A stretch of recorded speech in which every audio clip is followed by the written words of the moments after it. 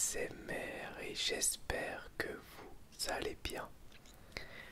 On se retrouve sur une nouvelle vidéo café et blabla. Donc je ne sais pas trop de quoi je vais vous parler. Ce qui est sûr, c'est que je vais vous parler des 3 derniers films que j'ai vus au cinéma. Le robot sauvage, Smile 2 et Monsieur Aznavour, ça c'est sûr. Et après, je vais improviser. Ma vie, ça va, c'est calme en ce moment. J'étais en vacances la semaine dernière chez mes parents. Je suis parti une dizaine de jours chez eux et c'était assez cool. J'y ai fait mon anniversaire avec mes parents et ma soeur. Ça c'était sympa. Et après c'était vraiment calme, on n'a rien fait d'exceptionnel. On est allé au parc de jeux, on a fait des jeux de société, on est allé voir mon meilleur ami. Voilà, c'était vraiment tranquille, vraiment tranquille, mais c'était très bien. Et donc, sinon, eh ben, je suis allé voir donc 3 films dernièrement, duquel je vais vous parler en premier. Attendez, je bois déjà un peu mon café. Alors c'est du déca, parce qu'au moment où je tourne la vidéo, pour moi, il est quelle heure? Il est 22h30. Donc je vais pas me boire une grande tasse de café maintenant. Je vous fais la vidéo et après je vais me prendre une bonne douche bien chaude qui va faire du bien. Mon café est très chaud, donc j'ai un petit peu de temps. Donc je vais déjà vous parler ce soir du film Monsieur Aznavour, qui est un biopic. Donc les 3 films dont je vais vous parler, c'est 3 films vraiment très différents. Il y a un film d'horreur, il y a un biopic français et il y a un film d'animation. Donc le biopic sur Aznavour, bon c'était pas mal. C'était pas mal, mais c'était très classique. Hyper classique. Au point qu'il y a un moment où j'avais l'impression que c'était une page Wikipédia à chanter. C'est dommage. Alors je ne connaissais rien de la vie de Aznavour, si ce n'est 2-3 bricoles, mais quasiment rien. Et au final, j'ai l'impression quand j'ai terminé le biopic que je connaissais pas grand chose de plus. Parce qu'il y a une énorme partie du film qui est Aznavour a une idée ou vit un petit truc et ça l'inspire pour faire telle chanson. On le voit écrire la chanson, il la joue. Et après, il parle avec quelqu'un, il a une idée, hop, une chanson. Et en fait, le film est, en tout cas sur une grosse partie, construit comme ça. Ce qui est un peu frustrant, énervant et qui par moments fait un petit peu catalogue, j'ai trouvé. J'ai surtout beaucoup aimé, enfin bien aimé la première partie où il est avec son ami Roche, où il y a vraiment une complicité entre les deux qu'on ressent vraiment bien. Mais sur le reste du film, j'ai pas été vraiment ébloui. C'est vrai que Aznavour il a une carrière assez impressionnante, mais finalement, il y avait pas, je trouvais que le biopic avait pas vraiment de point de vue. Ce qui fait que j'avais l'impression de juste voir Aznavour travailler et travailler et travailler. Et je me disais, ouais, ok, c'est bien, il travaille. Il travaille dur. Ça finit par payer, c'est cool. Mais, et quoi d'autre? Alors, bon, le film nous montre quand même les difficultés qu'il a eu par rapport à sa famille et le fait ça a été un père absent, ok, comme beaucoup d'artistes. Mais bon, voilà, j'ai pas retenu grand chose de plus. Et la réalisation est très propre, mais ne fait pas non plus de fulgurance, quoi. Il n'y a pas non plus de moments qui m'ont bluffé. C'est hyper classique. Alors, ça veut pas dire que c'est pas bon, mais voilà, j'ai pas été vraiment ému ou emporté par le film. J'ai pas passé un mauvais moment, mais j'ai pas été vraiment touché par le film, quoi. Donc voilà, la performance de Tahar était tout de même impressionnante, mais le film lui laisse pas forcément beaucoup de place dans le sens où on sent qu'il est hyper contraint dans sa façon de jouer pour ressembler à Aznavour, et des fois je préfère que les films prennent plus de liberté quitte à ce qu'un acteur ressemble moins à l'artiste et à ressentir plus d'émotions et qu'il soit plus libre dans son jeu. Mais là j'ai trouvé que c'était pas trop le cas, quoi. C'est pas le film où Tahar m'a le plus bluffé, voilà.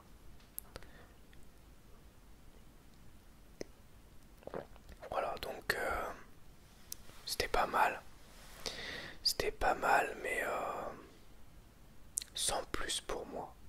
Bon, alors, si vous aimez beaucoup les biopics, bah écoutez, je pense que vous allez apprécier.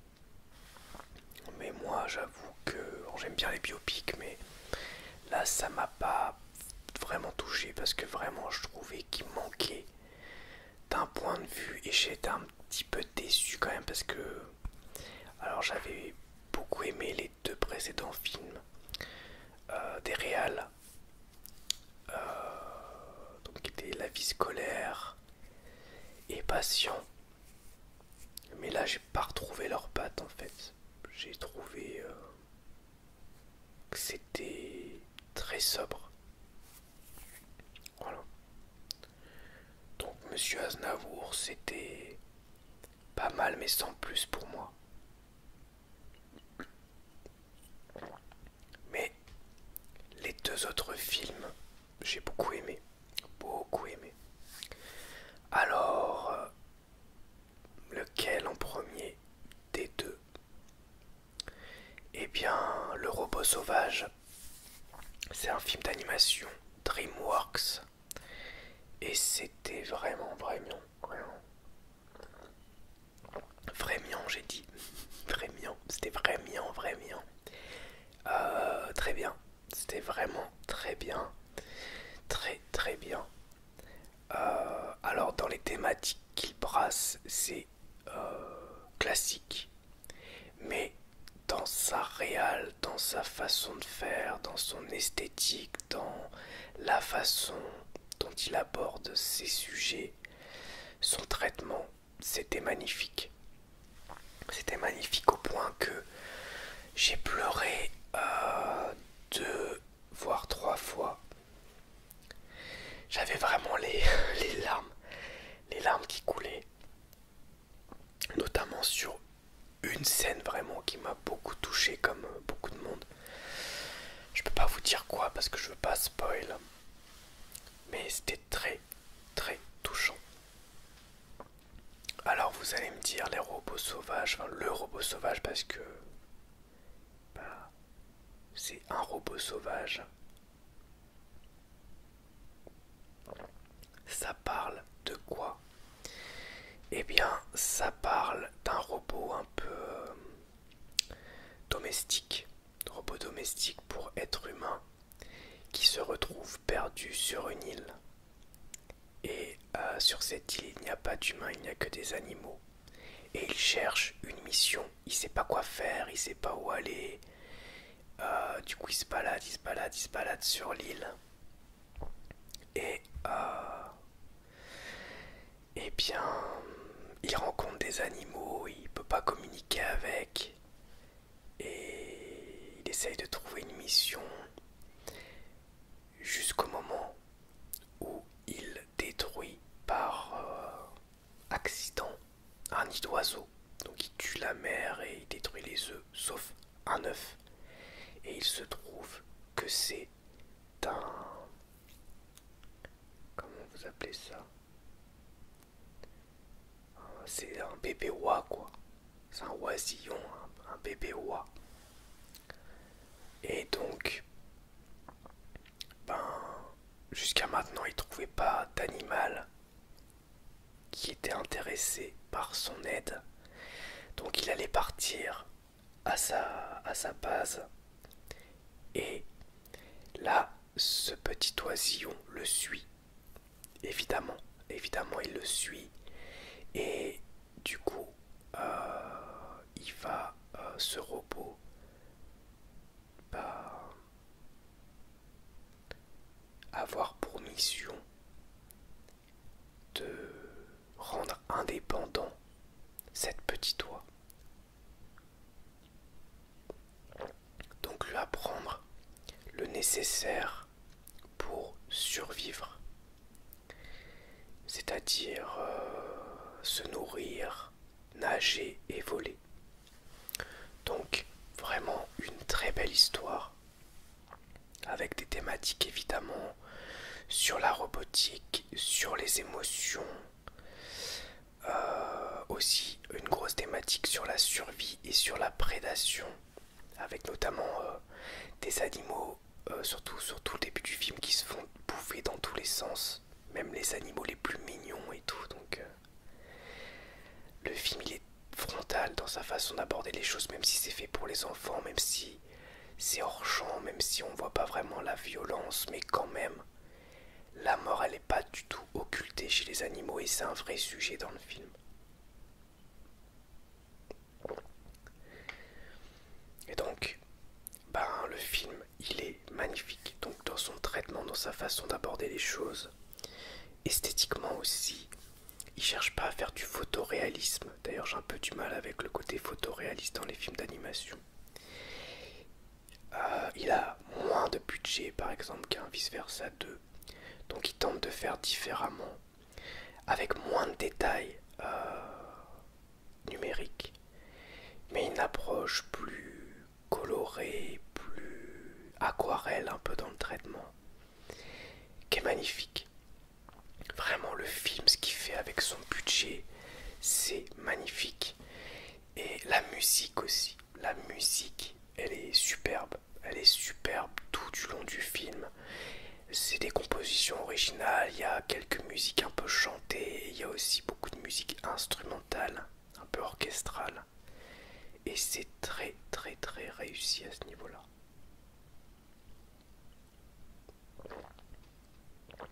Donc vraiment, et bah c'était trop bien. C'était trop bien. C'est un des plus beaux films d'animation que j'ai vu. Clairement,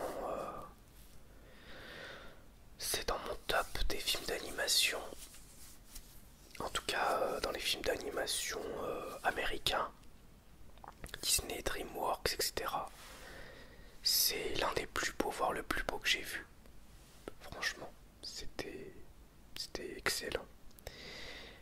Les personnages sont, alors certes, peut-être assez clichés dans leur façon d'être, mais en même temps, c'est des animaux qui jouent chacun leur rôle, défini par la nature aussi. Et aussi, ils ont quand même tous un petit peu leur personnalité. Et les interactions qui sont entre eux fonctionnent vraiment bien. Le film il dure quoi, 1h40 et j'ai pas vu le temps passer. Vraiment, j'ai été pris par le film. Pourtant, quand je suis arrivé devant, je me suis dit que j'étais fatigué. Je me suis dit, bon, j'espère que ça va aller parce que voilà, je suis fatigué, que je vais pas piquer du nez pendant le film. Et surtout que j'aime bien les films d'animation, mais bon, sans plus quoi, c'est pas non plus mon gros kiff. Mais j'ai été absorbé par le film tout du long.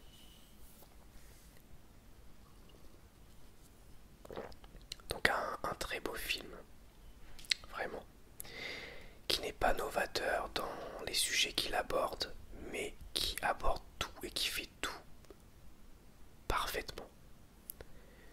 Donc, bah, bon, je dirais que c'est un sans faute dans son genre en fait. Voilà. Et enfin, le dernier film que j'ai vu au cinéma, enfin c'est pas le dernier chronologiquement, c'était le premier que j'ai vu dimanche dernier, mais le dernier que j'apporte dans cette vidéo, c'est Smile 2, que j'ai adoré. Que j'ai adoré vraiment.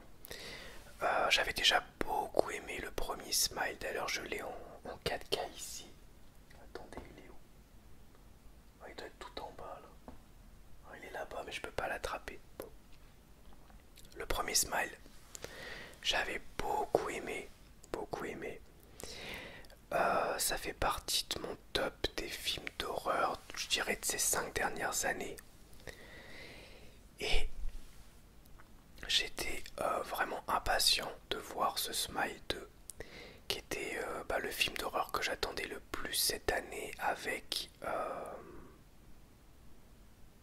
Terrifier 3.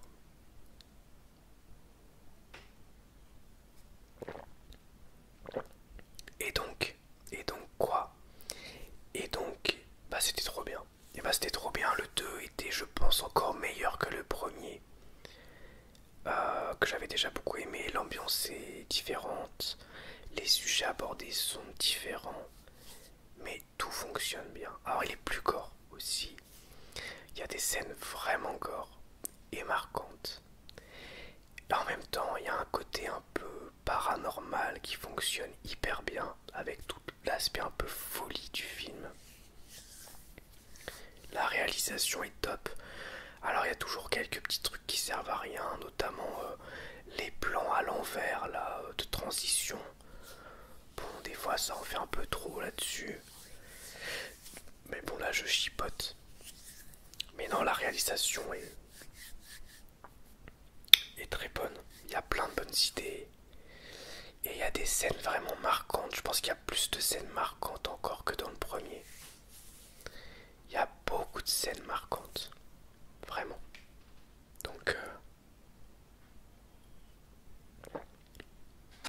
Donc c'était vraiment super. L'actrice principale aussi, elle est incroyable. Vraiment, elle tient le film. On sent qu'elle s'éclate. Elle a des moments où elle est un peu over the top au niveau de la folie. Et en même temps, c'est ce que le film veut. Donc ça aussi, ça marche très très bien, je trouve. Et donc, c'est super. C'était un très bon film d'horreur, vraiment. J'ai passé un très bon moment devant. Seul point noir, mais bien c'est pas le film.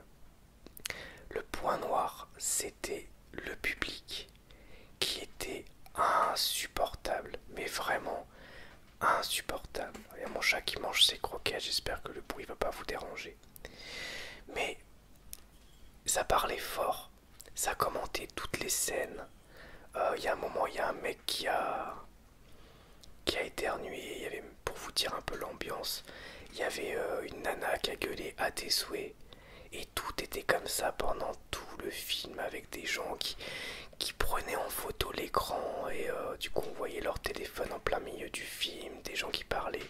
Alors des fois quand il y a des gens qui parlent fort, je me permets de leur dire excusez-moi mais est-ce que vous pourriez arrêter?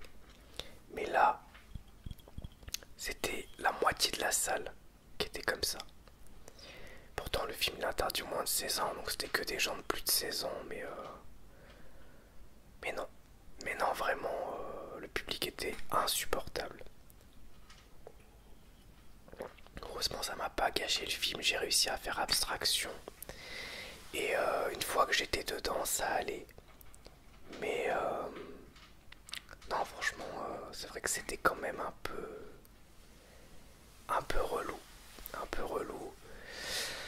J'ai hâte de le revoir finalement chez moi. J'ai envie de le revoir, mais j'ai pas envie de retourner en salle le voir parce que si c'est pour me retaper la même expérience, ou alors faut attendre la fin, quand le film aura été projeté déjà depuis un bon moment, je sais pas, peut-être. Après, ouais, le film était top. Vraiment, le film était super. Donc j'ai rien à dire sur le film en lui-même comme défaut. C'était bien réalisé, l'histoire était sympa, il y a des moments surprenants. L'aspect folie du personnage qui augmente au fur et à mesure du film est top. On est constamment dans le doute de ce qui est vrai, de ce qui n'est pas vrai. Il y a des scènes vraiment perturbantes et vraiment marquantes. Et bah vraiment ça donne envie. En plus de voir une suite, parce que vraiment le film se termine sur un climax vraiment réussi, comme le premier, et donne envie vraiment d'en voir plus. Et on se dit, mais qu'est-ce qui va se passer après finalement? Et ça, c'est toute la grande question. Voilà. Donc voilà pour mon avis sur ces trois films. J'ai fini mon café et je vous dis à bientôt pour une nouvelle vidéo ASMR. Au revoir, merci à tous.